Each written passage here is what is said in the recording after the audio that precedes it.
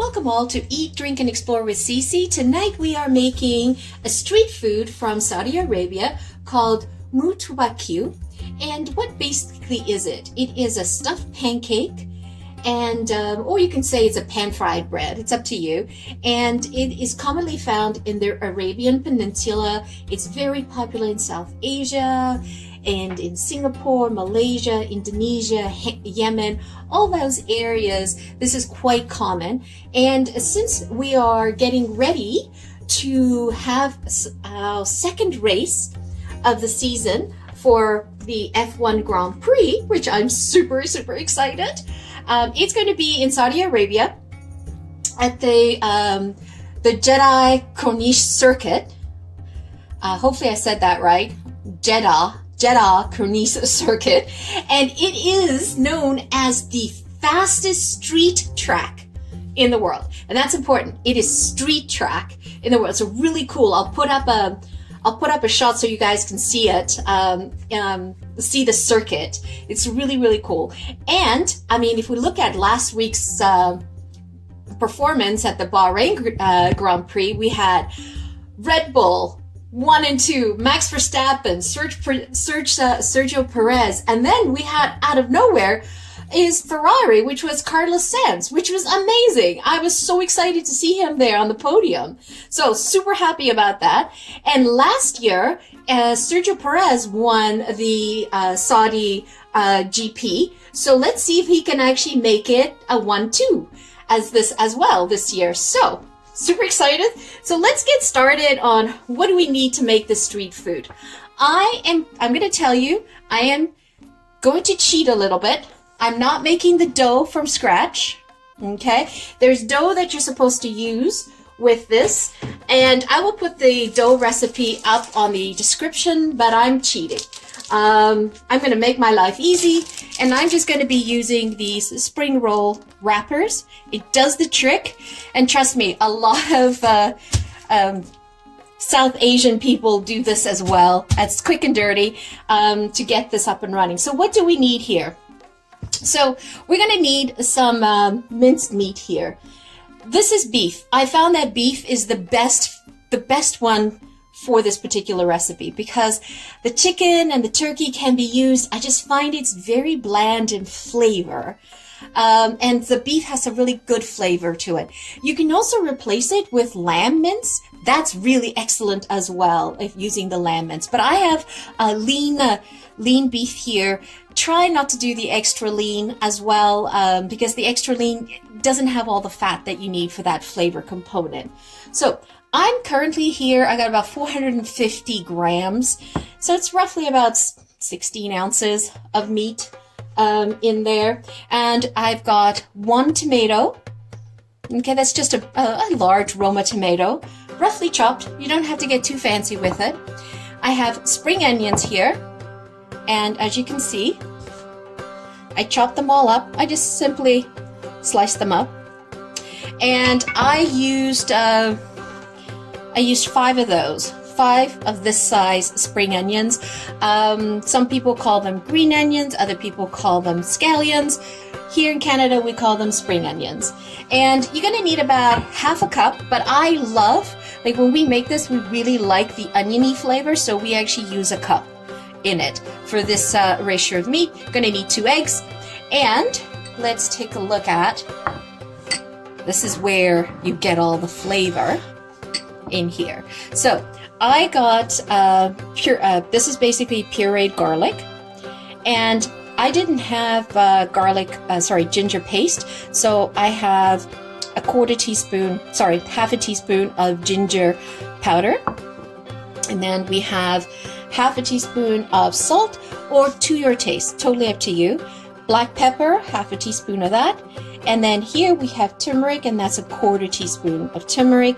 And of course we want a little bit of punch, a little bit of spice in there, and that's a half a teaspoon of red chili flakes. So that's basically all we need. Now, the traditional recipe of this, you'll find many people will boil the minced meat, and then they will combine all of the stuff and put it together. Personally, I found the best flavor conductor for me is taking this meat and browning it on the pan, getting it nice and caramelized, getting the Maillard reaction on the meat so we have those crispy bits in there. That's where the flavor comes from. So that's what I'm going to do is I'm not boiling the meat. I am going to pan fry it and saute it down so that I can get the caramelization and that Maillard reaction on the meat in there. So let's move over to the stove. Okay, so what you're going to need is any type of oil, whatever oil you use, whether you use butter, ghee, olive oil, vegetable oil, it's up to you. I'm using extra virgin olive oil because you know how much I love it, and I just put a little bit to taste. If you really are looking for measurements, you want to use a tablespoon of oil. And then I made sure the pan was nice and hot before I put in the oil. And then I'm just going to add in the meat. And what I try to do is make sure you have your dough down, is I try to break it up as I add it to the pot, to the frying pan. So try to just at least brown the meat a little before we start adding in the spices. It's really easy to make this, so simple. And the fillings that I'm using is sort of traditional, but I have had it before where I've chopped up some leftover sweet peppers, red and green. I've added mushrooms, but be careful with the mushrooms because make sure all the liquid is out. You want to add already sauteed mushrooms to the mix in here. So now what we're going to do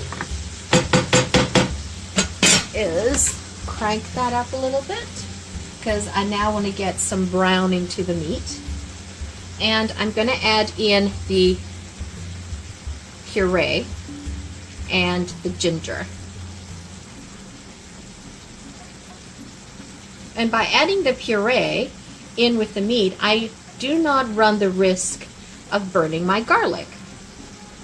So that's another reason why I'm using the puree. I mean, if you had in South Asian cuisine, they cook a lot with ginger garlic paste. You could have used ginger garlic paste. I don't have that particularly handy, so I sort of made my own combination, which you just saw. So let's see, look at that. Look at the brown bits, isn't that exciting? That is kind of what we want to get, because that is all flavor. Perfect. Just try to get all the liquid out. And then now I'm going to add in the spices. So, quick little recap: salt, black pepper, turmeric, and red chili flakes. If you had red chili powder, that could work as well. And I kind of do these in layers, and I mix it in. As opposed to dumping it in all at once, I like to do it in layers, because then I know that all the flavor is distributed across the entire meat. Now, how many of these mutabbaq, yeah, I did say that right, we're going to make? It depends on how big you make your packets. So this is enough. We're going to have enough stuffing here to make about a nice 4 or 5. Now we put the rest in.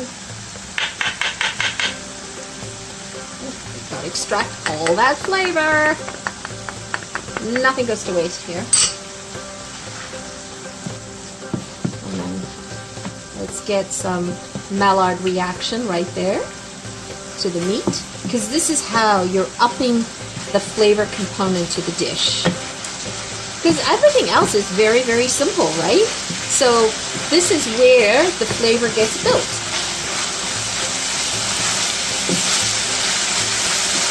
I'm just going to break it down a little bit more so that I don't have too big of a chunk. Because the last thing I want is to have big chunks in the little packets that we're going to make, the stuffed pancake type of idea. So just mince it out.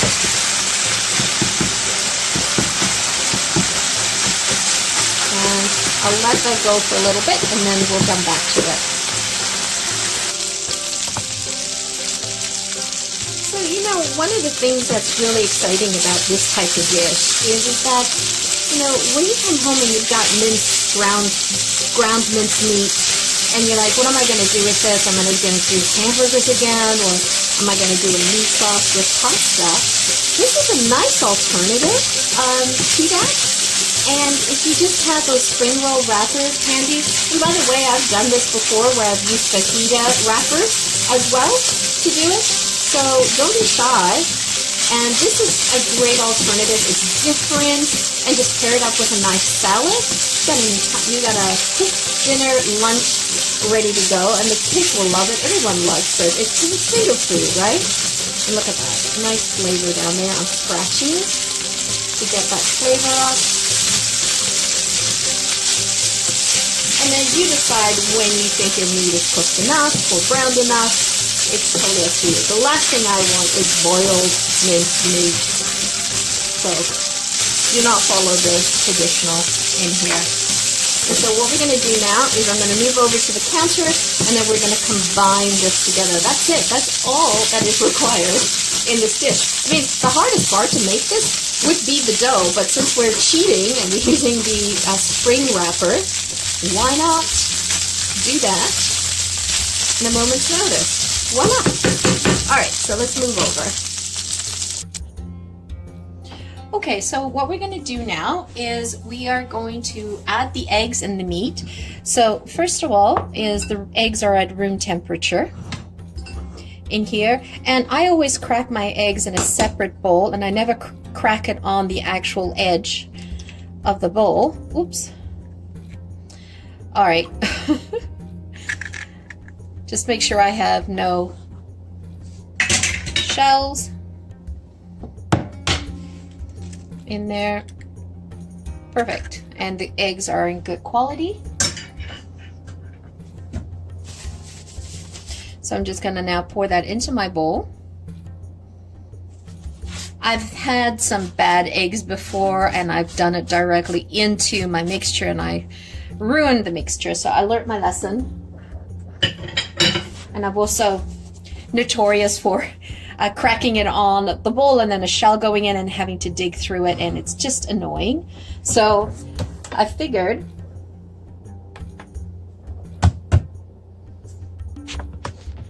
just do it properly the first time, then I won't have a problem.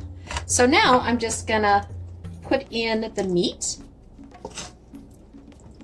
The meat has such beautiful color. It smells good too.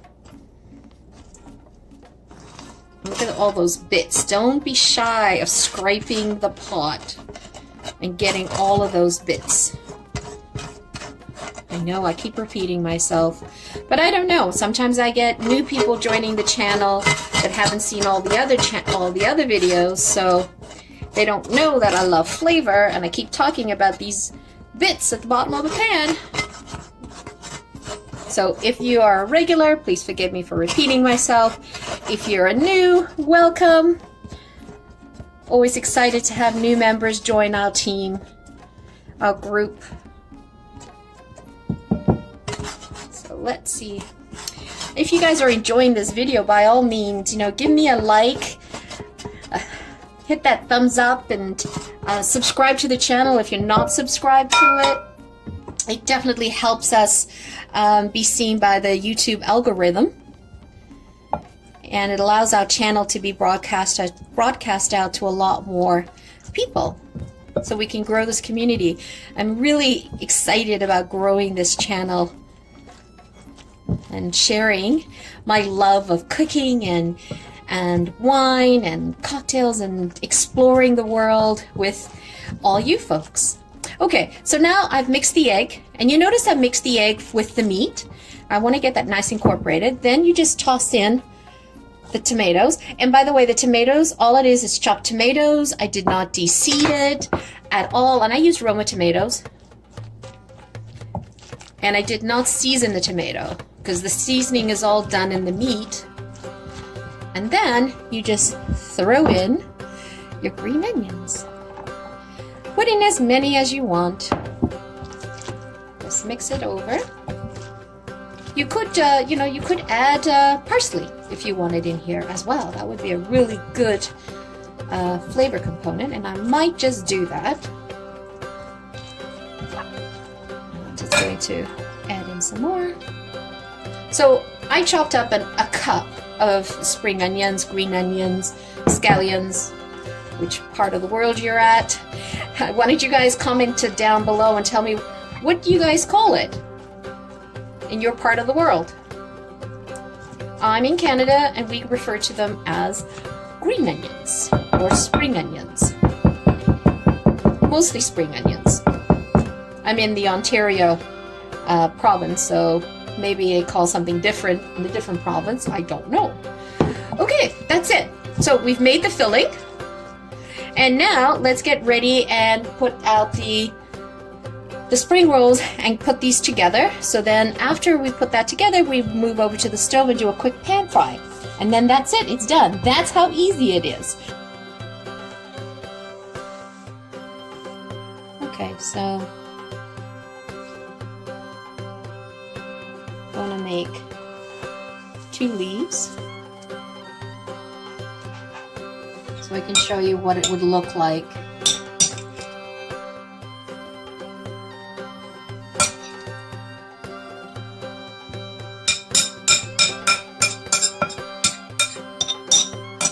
I'm gonna make a smaller one. There. Just because I'm using 2 leaves on here, I don't want to put too much in it because it could possibly break.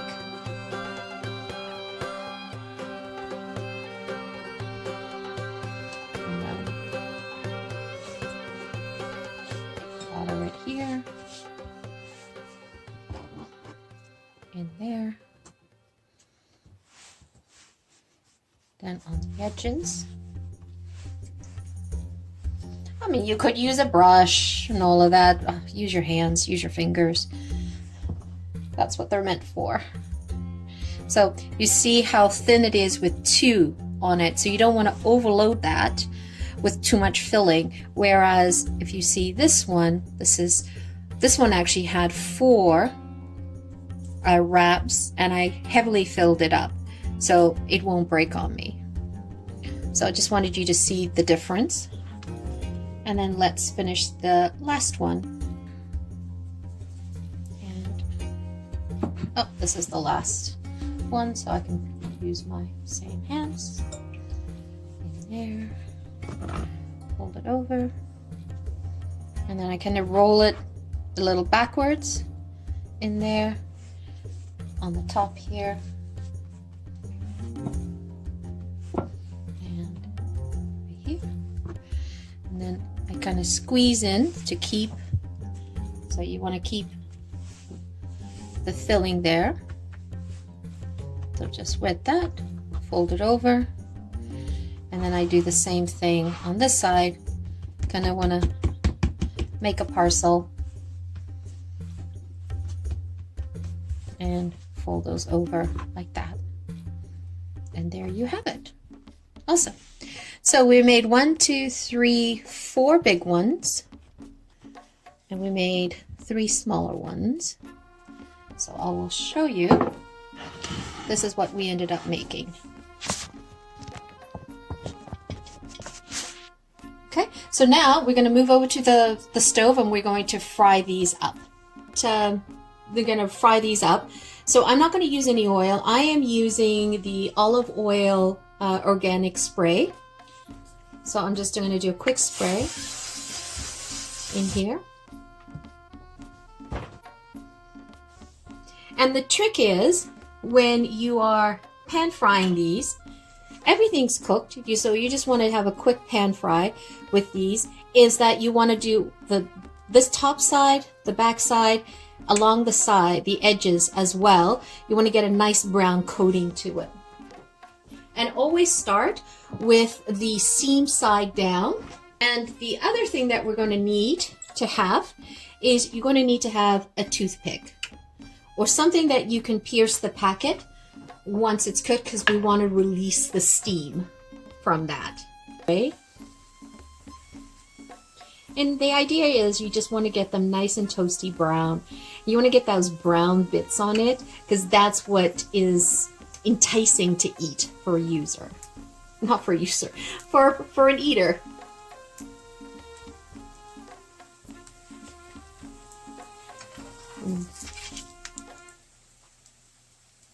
Oh, and what am I using? I'm actually using a fish spatula because you see it's a little bendy in here, so that helps me quite nicely. So it's actually a fish spatula.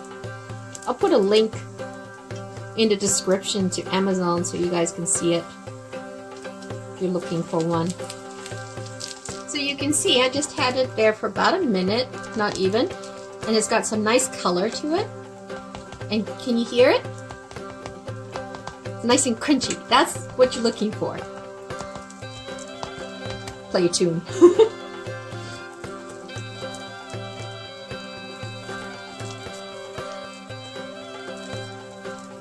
And then, to, you know, get it on its side, you can always use two items and simply do something like that to get color on that side. And color there. And this is really about adding visual interest, making it a little crunchy when you go bite into it, and then it's pillowy soft inside. And the other thing that you want to do before you put this is just prick it to release the steam in there, because you don't want that steam when someone goes to bite into it. So there you go, folks. We are finished with the mutabbaq, and we are going to have this as a nice snack while we watch the qualifying, and I'm super excited. And what I did was I just took some sour cream and I put some salt, some black pepper, and a little bit of smoked paprika just to give it another depth of flavor. And when you go to eat it, you can, let me break this for you so you can see what it looks like inside. Did you hear that crunch? Doesn't look good. You can eat it directly like this, or you can add a little bit of sour cream. I'm gonna eat it directly. Oh my, that is so crunchy. I love it. That's why I love to use the spring roll wrappers, because you get that beautiful crunch to it. So flavorful. Oh, better than just boring old mincemeat with tomato sauce.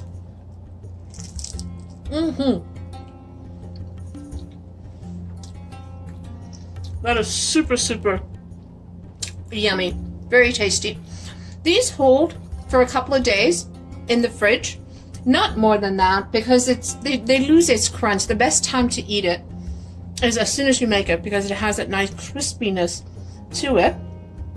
And what you could do is you could maybe separate them by a wax paper, nicely sealed in there to retain it. And then if you wanted to just do a quick little pan fry again when you want to serve it, that should also bring it back, revive the crunchiness for you. But it's extra work on that part. So thank you so much for joining me and spending your time.